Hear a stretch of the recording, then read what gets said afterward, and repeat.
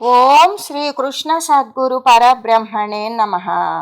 ఓం సచ్చిదానంద రూపాయ కృష్ణాయ క్లిష్టహారిణే నమో వేదాంత వేద్యాయ గురవే బుద్ధి సాక్షిణే. ఓం సశంఖ చక్రం సకిరీట కుండలం సపీత వస్త్రం సరసీరుహేక్షణం సహార వక్షస్థల కౌస్తుభ శ్రియం నమామి విష్ణుం శిరసా చతుర్భుజం. శ్రీ మహాభాగవతం తృతీయ స్కందము. అమ్మా, యోగాభ్యాసంలో మరి విద్వాంసులు మెచ్చుకోదగిన నడవడి కలిగిన దానవు కాబట్టి నీకు ఇదంతా చెప్పాను. సమస్త యోగాలలో కూడా పొందదగినవాడు నిర్గుణుడు భగవంతుడు అని చెప్పిన జ్ఞానయోగము, నా యందలి ఉన్నటువంటి భక్తి యోగము అనే ఈ రెండు కూడా ఒకటే. ఇంద్రియాలు భిన్న రూపాలుగా ఉండడం వల్ల ఒకటే అయిన పరమాత్మ అనేకం అవుతూ ఉంటాడు, అనేకంగా కూడా గోచరిస్తూ ఉంటాడు. అంబనారాయుణుండఖిల శాస్త్రములను సమధికానుష్ఠిత సవన తీర్థ దర్శన జప తపోధ్యయన యోగ క్రియాదాన కర్మంబులగానబడ ఏచిన మనము బాహ్యేంద్రియముల గెల్చి సకల కర్మ త్యాగ సరణి నొప్పి తలకొని ఆత్మతత్వ జ్ఞానమున మించి యుడుగక వైరాగ్య ముక్తిదనరి మహిత ఫల సంగరహిత ధర్మమున దనరు నట్టి పురుషుండు దలపోయనఖిల హేయ గుణములను బాసి కళ్యాణ గుణ విశిష్టుడైన హరినొందు పరమాత్ముననగుడనుచు.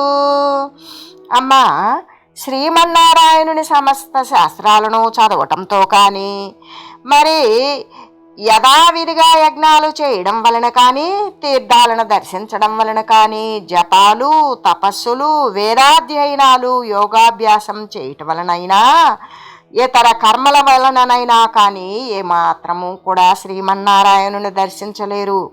విజృంభించే మనస్సును బాహ్యాలైన ఇంద్రియాలను కూడా గెలవాలి. సర్వ కర్మలను కూడా పరమేశ్వరార్పణంగా వదలాలి. ఆత్మతత్వాన్ని ప్రయత్నపూర్వకంగా తెలుసుకోవాలి. వైరాగ్యాన్ని విడువకుండా ఉండాలి. ఫలాపేక్ష లేని నిష్కామ కర్మలతో విలసిల్లే పురుషుడు నిరంతరం ప్రవర్తిస్తే వదలదగిన గుణాలను వదిలి మంగళకర గుణాలతో విష్ణుడైన పరమాత్మ పవిత్రుడైన శ్రీహరిని చేరతాడు. అమ్మా, ఇప్పటిదాకా నీకు సాత్వికము, రాజసము, తామసము, నిర్గుణాలు అనే భేదంతో 4 విధాలైన భక్తి యోగాన్ని స్పష్టంగా తెలిసేటట్లు చెప్పాను. అంతేకాక కాలరూపమైన నా గమనం ప్రాణులలో పుట్టడం, గిట్టడం అనే రూపాలలో ఉంటుంది. జీవుని గతులు అజ్ఞానంతో కర్మలతో నిర్మితాలే అవుతాయి. అవి అనేక రకాలుగా ఉంటాయి. జీవాత్మ వాటిల్లో ప్రవర్తిస్తూ ఉంటాడు. తన గతి ఇలా ఉన్నదని అతనికి తెలియదు అని చెప్పి ఆయన ఇంకా కూడా ఇలా అంటూ ఉన్నాడు. అమ్మా, అతి రహస్యమైన సాంఖ్యయోగాన్ని దుష్టుడికి, నీతి లేని వారికి, మూర్ఖుడికి, దురాచారికి, డాంబికంగా ఉండేవాడికి, ఇంద్రియలోలుడికి, భార్య, పుత్రులు, ఇండ్లు మొదలైన వాటి యందు ఎక్కువ మమకారం గలవాడికి, భగవంతుని యందు భక్తి లేని వానికి, శ్రీహరి సేవకులను ద్వేషించే వారికి ఉపదేశించరాదు. చక్కని శ్రద్ధ గలవాడికి, భక్తుడికి, వినయం గలవాడికి, అసూయ లేని వాడికి, సర్వ ప్రాణులకు ఆప్తుడైన వాడికి, దైవ సేవలోను గురు సేవలలో కూడా ఆసక్తి గలవానికి, అంటే శ్రద్ధగా వినటంలో ఆసక్తి చూపేవానికి, బాహ్య విషయాల యందు విరక్తి కలిగిన వానికి, శాంత మనస్కుడికి, ద్వేషం లేని వాడికి, నిర్మలమైన చిత్తం గలవానికి, నా భక్తుల యందు ప్రేమ కలవాడికి, పరస్త్రీల ఎడల విముఖుడైన వాడికి, కోరికలు లేని వారికి ఈ విషయాన్ని ఉపదేశించాలి. ఈ ఉపాఖ్యానాన్ని మగవాడైనా మగవాడైనా పతివ్రత అయినా ఉత్తమ స్త్రీ అయినా శ్రద్ధ భక్తి కలిగి నా యందు మనసు నిలిపి పఠించాలి. అలాంటి పుణ్యాత్ములు నా స్వరూపాన్నే పొందుతారు అని కపిలుడు దేవహూతికి చెప్పాడని మైత్రేయ మహర్షి ఆ విదురు యొక్క మహాశయునికి చెప్పాడు. ఆ తర్వాత ఆయన ఇంకా ఇలా అంటున్నాడు. ఈ రీతిగా కర్దముని ప్రియపత్ని అయిన దేవహూతి కపిలుని యొక్క బోధ, ఏ బోధ అయితే వచ్చిందో ఆ బోధక వచనాలను విన్నది. విని అజ్ఞాన సమూహం అంతా తొలగిపోయింది. అలా అజ్ఞానం తొలగిపోగా బోధకునికి అంటే కపిల మహామునికి సాష్టాంగ దండ ప్రణామాలు చేసింది. తత్వ విషయాలు గల సాంఖ్య జ్ఞానాన్ని ప్రవర్తింపజేసే స్తోత్రము మొదలుపెట్టి కపిలునితో ఇలా అన్నది: అనయంబు వినుమింద్రియార్థమనోరయంబును భూతచయమున్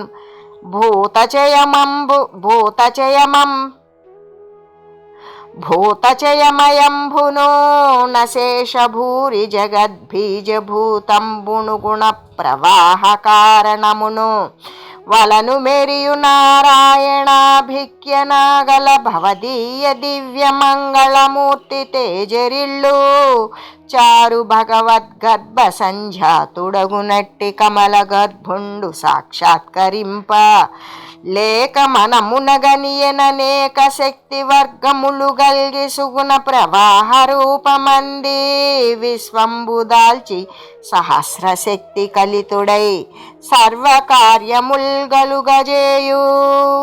ఓ దేవా, వినండి. ఇంద్రియాలు, ఇంద్రియ అర్థాలు, మనోమయము, పంచభూతమయము, సమస్త జగత్తుకు కూడా బీజమైనది. త్రిగుణాల కారణమై విలసిల్లే నారాయణుడు అనే పేరు గల ఈ దివ్య మంగళ విగ్రహం ప్రకాశిస్తూ ఉంటుంది.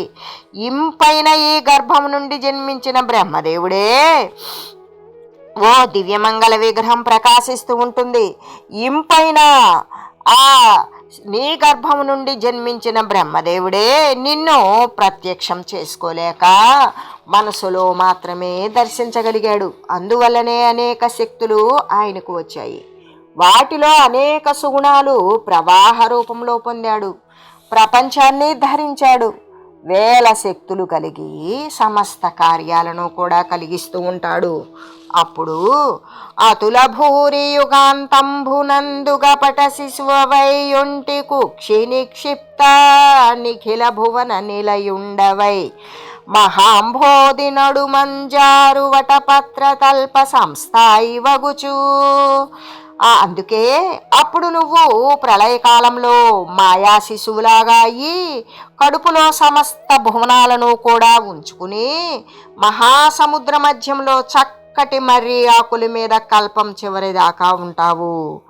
లీలనాత్మీయ పాదాంగుళి వినిర్గతామృతము గ్రోలినట్టి మహాత్మా నీవు గడిగిన పూర్వ భాగ్యంబు కథన నిపుడు పూని నా గర్భమున నేడు పుట్టితయ్యా. విలాసంగా నీ పాదం బొటన వ్రేలి నుండి వెలువడే అమృతాన్ని త్రాగే మహాత్మా, నీవు నా పూర్వపుణ్యవశము చేత నా గర్భం నుండి జనించావు అని చెబుతూ ఇప్పుడు మనం చెప్పుకున్నటువంటి ఈ పద్యానికి ఏంటది?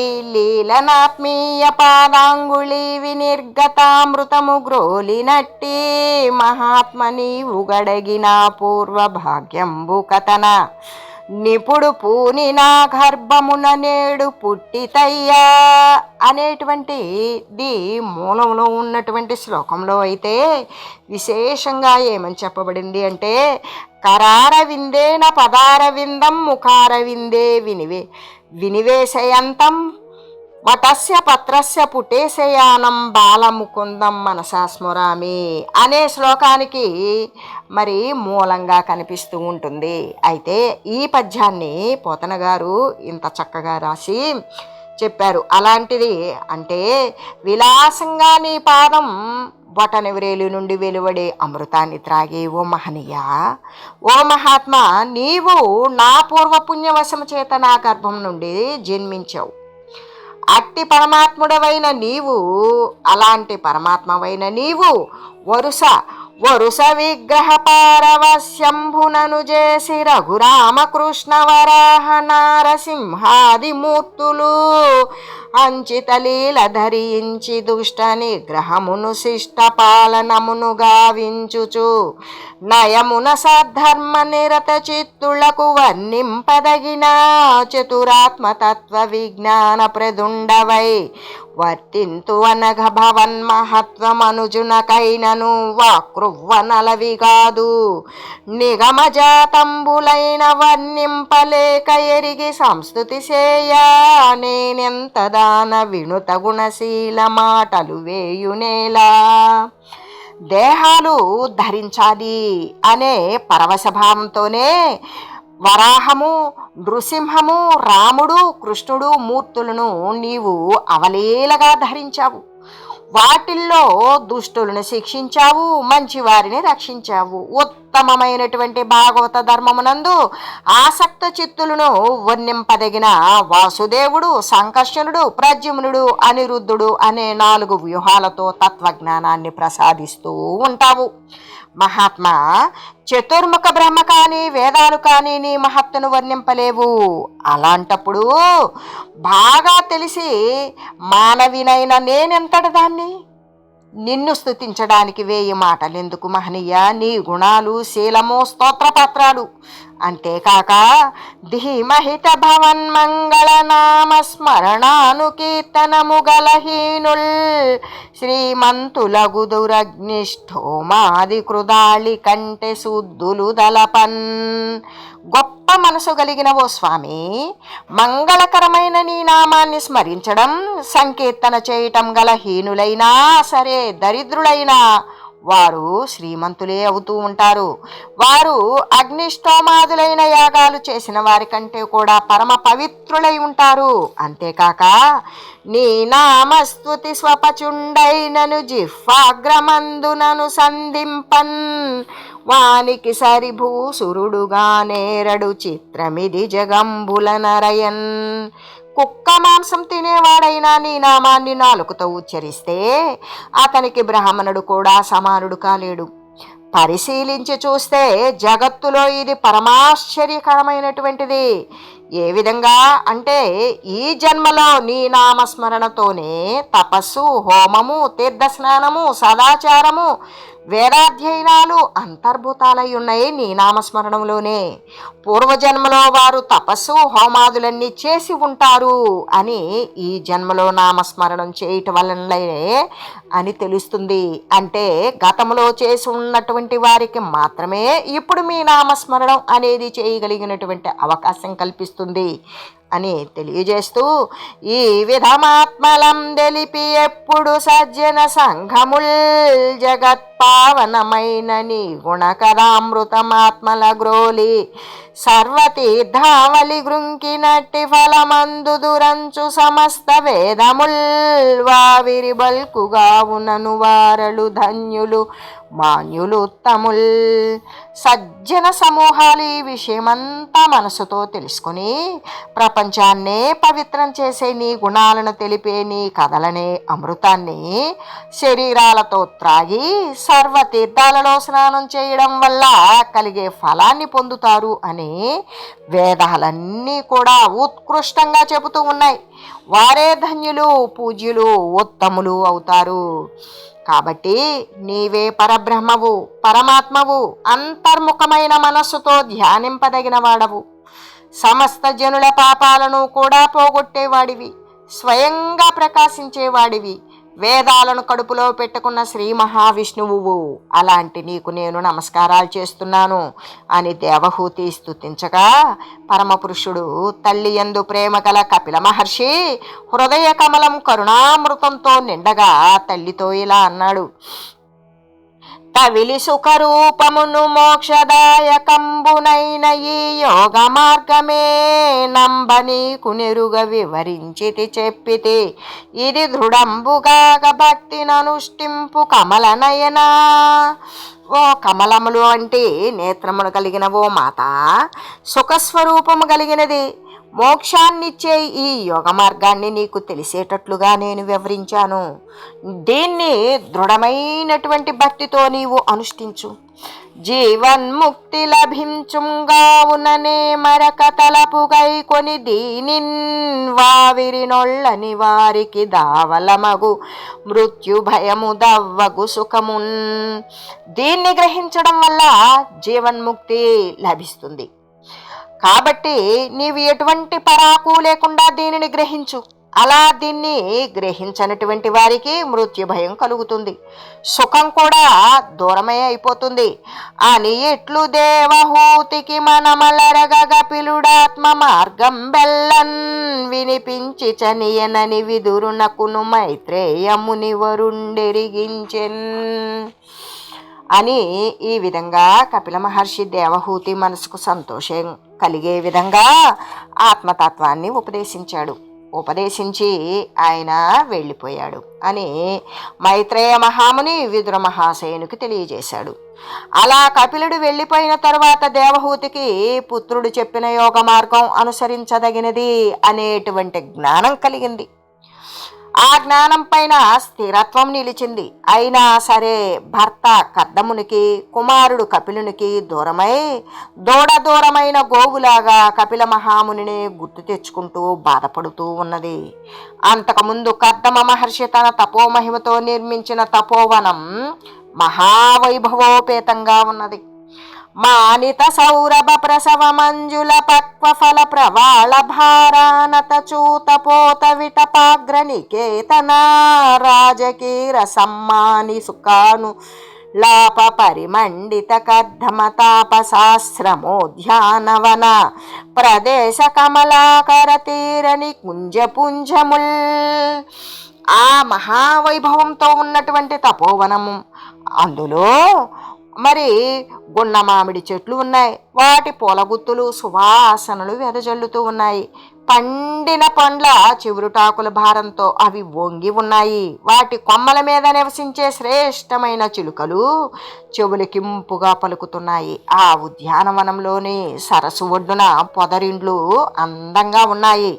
ఇంకా అంచిత స్ఫటికమయ స్తంభ దీప్తిచే కొమరారు మరకత కుడ్యములను సజ్జాతి వజ్రాల సజ్జాల రుచులచే భాసిల్లు నేల సోపానములను దీపించు చంద్రకాంతోపల వేదుల విద్రుమ దేహళి విలసితముల హాటక రత్న కవాట శోభితముల నలరిన సౌద శాలాంగణముల వరపయఃపేన పటల పాండుర కరీంద్రదంత నిర్మిత కట్వాది ధవల పట్ట రచిత శైల్యాలులను జతురంతయాన కనక పీఠాది వస్తు సంఘముల నెల్ల.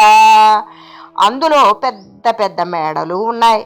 వాటికున్న స్తంభాలు స్ఫటికమయాలు, మరి అందమైన మరకతాలతో వాటి గోడలు నిర్మించబడి ఉన్నాయి. వాటికి ఉండే గవాక్షాలు జాతి వజ్రాలతో నిర్మితాలై విలసిల్లుతూ ఉన్నాయి. నీలమణులతో నిర్మితాలు వాటికున్నటువంటి మెట్లు. వాటి తలుపులు బంగారంతో రత్నాలు పొదిగి నిర్మించారు. వాటి ముంగిళ్లలో పాలనురుగుల సమూహం వలె తెల్లని ఏనుగు దంతాలతో మంచాలు ఉన్నాయి. చాలా స్వచ్ఛమై తెల్లని పొట్టు పొరుపులు వాటి మీద పరిచి ఉన్నాయి.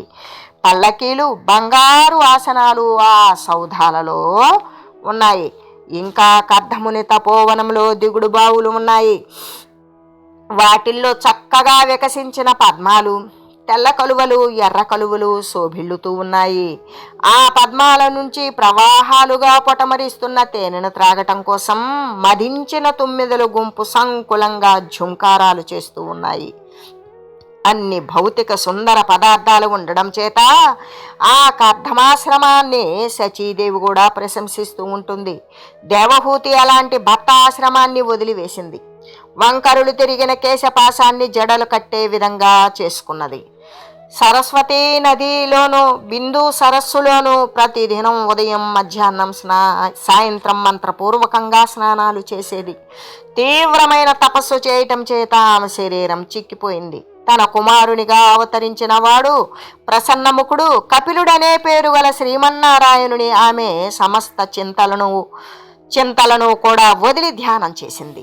దాని వలన ప్రవాహంలాగా ఎడతెగని భక్తి కలిగింది. దానిలో వైరాగ్యంతో అనుష్ఠానం చేయడం చేత పరతత్వాన్ని కలిగించే జ్ఞానం చేత ఆమె మనసు శుద్ధమైంది. అనయంబునాత్మనాయకుడను విశ్వతోముకుడనంతుడు పరముడు నజుండు చతురుండు నిజ పరిజ్ఞాన దీపాంకుర మహిమ నిరస్త సమస్త భూరి మాయాంధకారుడమేయుడీశ్వరుడగో ఆ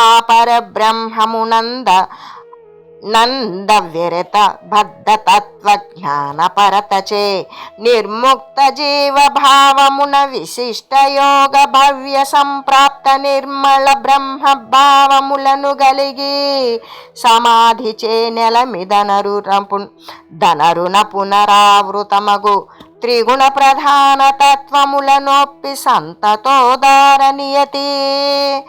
ఆత్మకు అధిపతి, అన్ని వైపులా ముఖాలున్నవాడు, అంతం లేనివాడు, సర్వోత్తముడు, పుట్టుక లేనివాడు, సుందరుడు, ఆత్మజ్ఞానమనే దీపాంకుర మహత్తుతో సమృద్ధమైన మాయానే చీకటిని పారద్రోలేవాడు, ఇంత అని చెప్ప వీలు కానివాడు, ఈశ్వరుడు అయిన పరబ్రహ్మయందు ఎడతెగని తత్వజ్ఞాన పరత్వం ఉండడం చేత ఆమెకు జీవభావం పోయింది. విశిష్టమైన యోగం చేత బ్రహ్మభావం కలిగింది. ఆ సమాధి స్థితిలో ఉండడం చేత త్రిగుణాలు కలిగినటువంటి ప్రకృతి తత్వం ఆమెలో మళ్ళీ కూడా పునరావృతం కానే లేదు. కలలదోచిన వస్తు సంఘముల మేలు కని కనుగొనగాలేని మనుజు బోల్కి బొలతి తనయాత్మ మరచి మూల సధూమమైన పావకు గతి నుండినంతలోనా. మానవుడు కలలో చూచిన వస్తువులను మేలుకొన్న తర్వాత చూడలేనట్లుగా దేవహూతి తనను తాను మరచి పొగగప్పిన అగ్నిలాగా ఉన్నది అని తెలియజేస్తూ ఓం మంగళం శ్రీ కురుక్షేత్ర రణక్షోణి విహారిణే పార్థసారథి రూపాయ గీతాచార్యాయ మంగళం. ఓం మంగళం నమోస్త్వనంతాయ సహస్రమూర్తయే సహస్రపాదాక్షి శిరోరుబాహవే సహస్రనామ్నే పురుషాయ శాశ్వతే సహస్రకోటి యుగధారిణే నమః. ఓం శ్రీమతే నారాయణాయ నమః. శ్రీమన్నారాయణ చరణౌ శరణం ప్రపద్యే. హరి ఓం తత్సత్.